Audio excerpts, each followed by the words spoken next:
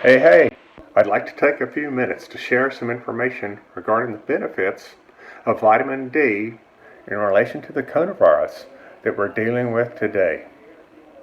Researchers from Northwestern University have discovered a strong correlation between vitamin D deficiency and COVID-19 death rates.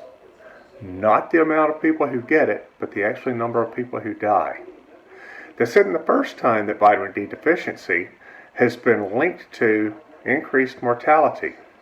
Many studies have shown numerous health problems result from a lack of vitamin D. These include osteoporosis, heart failure, diabetes, and even some cancers. Many of the sickest patients with COVID-19 have a hyperimmune response called a cytokine storm. The cytokine storm starts when the body starts to attack its own cells and tissues instead of just fighting the virus. This results in a super high inflammation rate in the body with a high fever, respiratory distress, and lung damage. The Northwestern University group reports that vitamin D not only enhances the response of the immune system, but it prevents the immune system from going into overdrive and causing this increased inflammatory response. The team concluded that having healthy vitamin D levels helps to protect against severe complications of COVID, including death. The analysis shows that it might be as high as cutting the death rate in half. It will not prevent you or anyone from getting COVID by having proper vitamin D levels, but it can prevent the severe outcomes. So what causes a vitamin D deficiency? Low sunlight exposure, as sun on your skin converts vitamin D into its active form. There's also high melanin in the skin that can decrease the amount of vitamin D that's activated with exposure to the sun.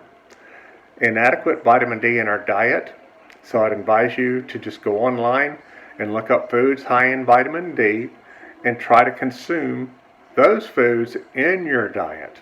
The broader your diet, the more varied the foods are, the more nutrients you get into your body that it needs. Some digestive tract problems could also cause a decrease in absorption of vitamin D. And older adults whose kidneys may not be functioning as well may not be getting vitamin D converted in the kidney that's normally converted and made active.